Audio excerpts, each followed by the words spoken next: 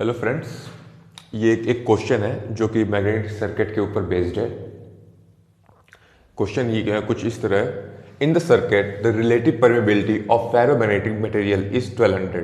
ये जो मटेरियल है फेरोमैग्नेट का बना हुआ है, फेरोमैग्नेटिक है, जिसका परमेबिलिटी जो है 1200 है। इसका मतलब ये हुआ एयर एयर के कंपैरिजन में ये 1200 टाइम्स एयर से ज़्यादा इसकी परमेबिलिटी है। और दूसरे वर्ड में ये भी बोल सकते हैं कि जो रिलक्टेंस ऑफर करेगा ये फेरोमैग्नेटिक मटेरियल, वो 1200 टाइम्स उससे एयर से कम करेगा। ओके, इस तरह भी समझ सकते हैं। आगे क्या दिया हुआ है, neglect leakage and fringing effect. Leakage effect को बोल रहा है निगलेक्ट करने को। हाँ, निगलेक्ट कर सकते हैं क्योंकि फ्लक्स जो यहाँ से जनरेट होगी वो एयर में नहीं जाएगी, जाएगी भी बहुत मामूली सी जाएगी, क्योंकि इसकी जो परमेबिलिटी है 1200 टाइम्स ज़्यादा है एयर से। तो लीकेज जो है बहुत ही कम होगा, तो निगलेक्ट कर सकते हैं हम। और बोल रहा है फ्रिंजिंग इफेक्ट भी निगलेक्ट करने को बोल रहा है। फ्रिंजिंग इफेक्ट के बारे में हमने पिछले लेक्चर में काफ़ी डिटेल में बताया था, लेकिन कुछ है नहीं, वो फिर एक बार फिर देख लीजिए। मतलब जो एरिया कवर करेगी फ्लक्स कोर में, वही एरिया सेम एयर में भी कवर करेगी, एयर में भी। इसका मतलब ये हुआ फ्लक्स डेंसिटी जो कोर में है वही फ्लक्स डेंसिटी जो है एयर में भी रहेगी। इसका मतलब ये हुआ, ठीक। मतलब जो क्रॉस सेक्शन एरिया हम लोग इसका लेंगे, मैं इसका फेरोमैग्नेटिक मटेरियल का, वही एरिया जो है एयर का भी लेंगे, ठीक। आगे देखते हैं, the magnetic material has a square cross section area. जो ये है, ये जो मैग्नेटिक मटेरियल है इसका क्रॉस सेक्शन एरिया है जो है स्क्वायर है। Okay, determine the air gap flux. जो एयर में जो फ्लक्स है जो जाएगी इन दोनों सोर्स से, वो हमें कैलकुलेट करना है फ्लक्स। फिर उसके बाद हमें एयर फ्लक्स डेंसिटी कैलकुलेट करना है। फिर उसके बाद मैग्नेटिक फील्ड इंटेंसिटी। हमें तीन चीज हमें एयर में कैलकुलेट करना है। ओके, अब मेरे ख्याल से इसको मिटा देता हूं, क्योंकि इसमें की जो इन्फॉर्मेशन है वो हम लोग अलग अलग जगह पे लिख ले रहे हैं, जगह ज्यादा घेर रहा है। ओके,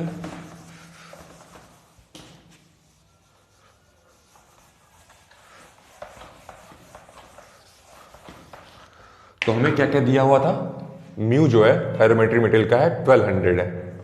ओके, ये हमें दिया हुआ है।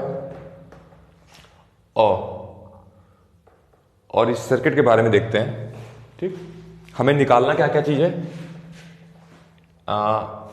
फ्लक्स इन एयर ये हमें निकालना है, और magnetic field density in air ये हमें निकालना है, और H magnetic field intensity in air हमें ये भी निकालना है। ये तीन क्वांटिटी हमें निकालना है। ये क्वेश्चन में यही चीज दिया हुआ था। ओके, और सारी क्वांटिटी जो है सेंटीमीटर में है। देखिए, ये जो लेंथ है कोर की यहां से लेके यहां तक 50 है, और ये जो लेंथ है यहां से लेके यहां तक 2 सेंटीमीटर है। ओके, और ये जो यहां से 50 सेंटीमीटर है। अगेन ये जो लेंथ है ये जो है 2 सेंटीमीटर है, और अगेन ये जो यहां से यहां तक की लेंथ है वो 50 सेंटीमीटर है, और यहां से यहां तक की लेंथ जो है 2 सेंटीमीटर अगेन है। ओके, और जो करंट कहीं कोई किसी सोर्स से करंट जो आ रहा है इस वाइंडिंग में 10 एम्पियर करंट आ रहा है। ओके, और फिर ये वाइंडिंग देखिए कहां से कैसे जुड़ी हुई है। इसका जो एंड है इस वाले वाइंडिंग से जुड़ा हुआ है, मतलब इसमें जो है 10 एम्पियर करंट जो यहां से जा रहा है वही 10 एम्पियर करंट इसमें इंटर करेगा। ओके, और 10 एम्पियर करंट यहां से बाहर की तरफ जाएगा कहीं और किसी और सर्किट में, यहां से 10 एम्पियर करंट। ओके, तो ये तो था क्वेश्चन का डिटेल। और नंबर ऑफ टर्न्स जो है प्राइमरी इस वाइंडिंग का 500 है, और इस वाइंडिंग का भी 500 टर्न्स दिया हुआ है। ओके, तो अब हमारा काम यह है कि इसका मैग्नेटिक इक्विवेलेंट सर्किट बनाना है। ओके, तो देखिए, करंट जब हमने इस वाइंडिंग में करंट दिया तो यहां से एक फ्लक्स निकलेगी। ओके, ये फ्लक्स जाएगी 5 1 मान लीजिए। ओके, और फिर यहां से इस वाइंडिंग से इसका डायरेक्शन क्या होगा, ये देखिए, ये ऐसे गया, ऐसे आया, फिर ऐसे गया। ओके, तो ये जो होगा ऐसे जाएगा। ओके, यहां से 5 1 निकलेगा, और ये करंट जो है बाहर आ रहा है, तो मतलब करंट ऐसे इधर से गया, ऐसे गया, फिर ऐसे गया, ऐसे गया, ऐसे गया, ऐसे गया, मतलब ये।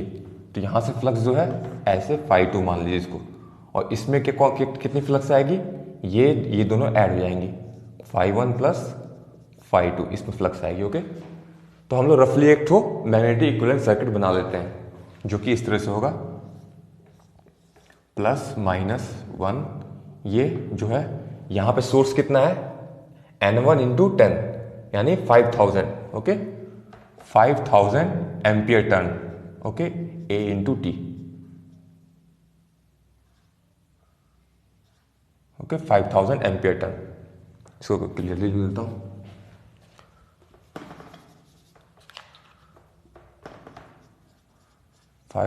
Ampere turn. मान लीजिए ए, अब इसके इधर से कितनी सोर्स क्या होगा, कुछ ऐसा है। देखिए इधर से भी प्लस माइनस कितना है, 5000 एम्पियर टर्न, क्योंकि इस नंबर ऑफ टर्न्स और करंट दोनों सेम है। फ्लक्स इधर की तरफ देंगे, यहां से φ1 जा रही है फ्लक्स, इधर से φ2 फ्लक्स जा रही है, और इसके अंदर जो फ्लक्स है φ1 प्लस φ2 जा रही है। ओके, अब हमें क्या करना है, हमारा रिलेक्टेंस निकालना है। हमें लेंथ दिया हुआ है, रिलेक्टेंस का फॉर्मूला होता है, रिलेक्टेंस का L/μA। ओके, L लेंथ होती है magnetic path, μ is the permeability और A is the area. Okay, area of cross section through which the flux passes. Okay, अब देखिए हमें मीन पाथ लेना होता है, तो हम लोग एक पॉइंट यहां लेते हैं, एक पॉइंट यहां लेते हैं, एक पॉइंट यहां लेते हैं, एक पॉइंट यहां लेते हैं, और एक पॉइंट यहां लेते हैं, और एक पॉइंट यहां लेते हैं। यहां से यहां तक का लेंथ कितना है, इस पॉइंट से इस पॉइंट का, ये तो 50 हो गया। ओके, इसका यहां से यहां तक का लेंथ कितना है, 2। तो 50 + 1, 51 प्लस इधर भी 1, 1 + 1 + 50, ये लेंथ कितनी हो गई, 52 हो गई। ये वाली लेंथ यहाँ इस पॉइंट से इस पॉइंट की लेंथ कितनी हो गई, ये भी 52 हो गई, क्योंकि 50 + 1 ऊपर 1 नीचे, तो इधर ये भी लेंथ कितनी होगी, 52 हो गई। इस पॉइंट से इस पॉइंट तक का लेंथ कितना हो गया, 50 + 1 + 1 इधर, तो ये तीनों लेंथ जो है 52, 52, 52। ओके, तो हमें जो इस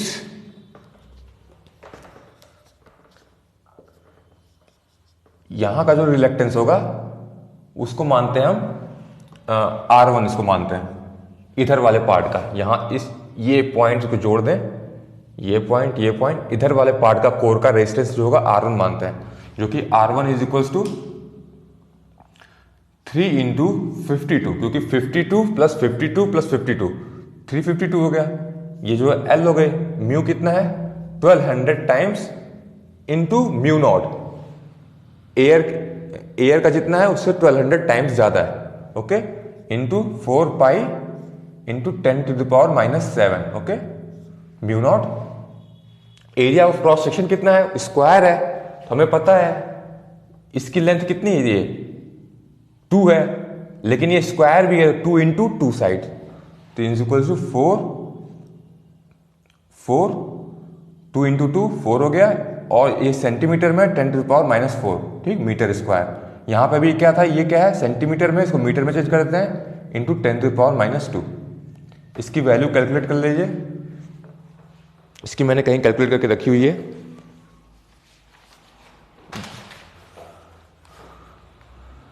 एक जगह मैंने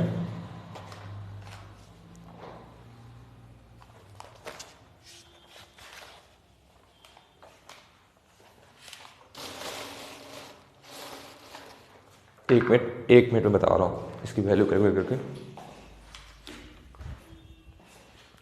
चलिए कैलकुलेटर से करते हैं, 3 × 52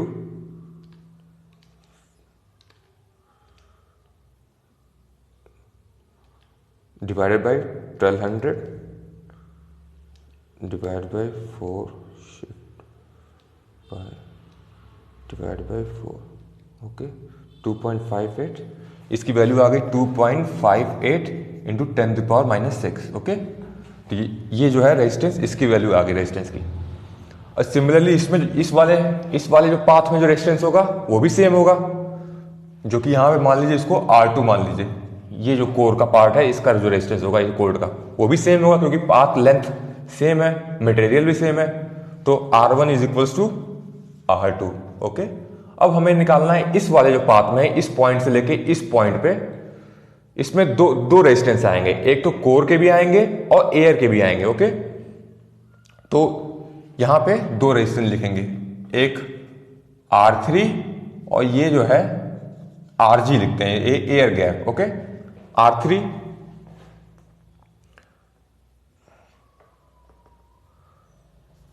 जो हो जाएगा, इसकी लेंथ कितनी होगी यहां से लेके यहां तक, ये 52 है यहां से यहां तक की लेंथ। ओके, लेकिन माइनस कर देंगे 0.5। ओके, तो 51.5, हमें सिर्फ कोर की लेंथ चाहिए, तो 51.5 इंटू 10⁻² मीटर में चेंज कर दिया मैंने। L बाई म्यू जो है कितना है 1200 times the air mu naught, तो 4 पाई इंटू 10⁻⁷, म्यू नॉट की वैल्यू 4 पाई 10⁻⁷ होती है।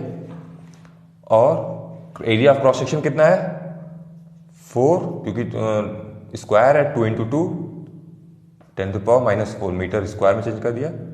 ओके, ये एरिया हमारी हो गई। ओके, ये कैलकुलेट कर देते हैं, 51.5 divide by 1200 divide by 4 shift divide by 4।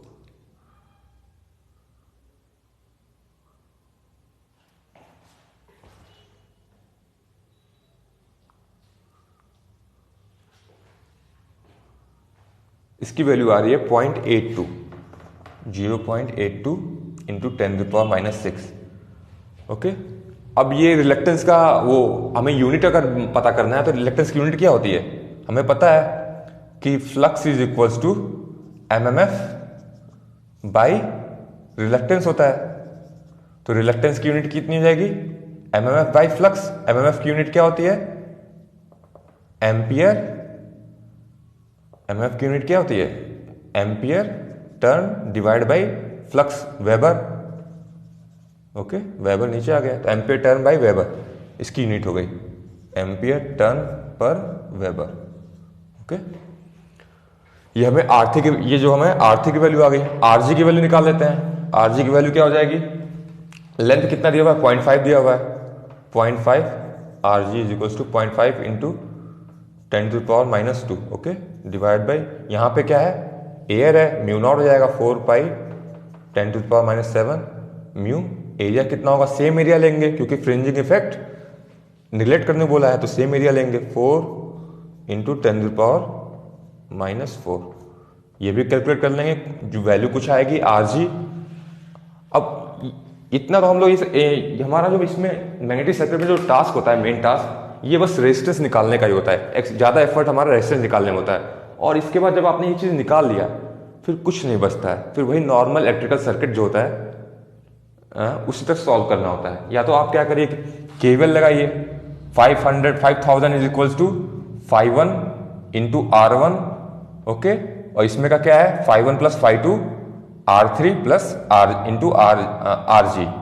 Okay, equation में लिख देता हूं, 5000 is equals to R1 51। Okay, plus यहाँ पे इसके अंदर फ्लक्स कितनी फ्लो कर रही है 51 प्लस 52। ओके, तो 51 plus 52 into R3 plus RG। Okay, ये हमारा पहला इक्वेशन बन गया। ओके, दूसरा इक्वेशन जो है उधर से बनाइए, 5000 is equals two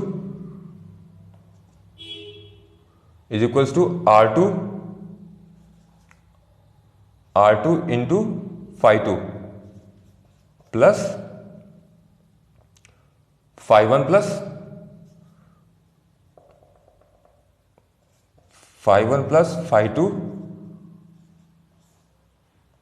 plus R3 plus RG।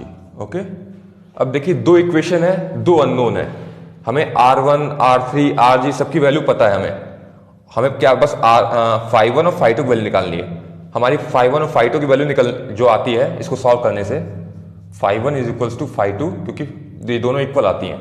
Okay, वैसे भी देख लीजिए सिमेट्री है दोनों तरफ से, ये सोर्स भी सेम है, रेजिस्टेंस भी सेम है, तो वैसे φ1 इज इक्वल्स टू φ2 दोनों सेम आ रहा है, वो जो कि वैल्यू आती है 2.067 इंटू 10⁻⁻4 वेबर।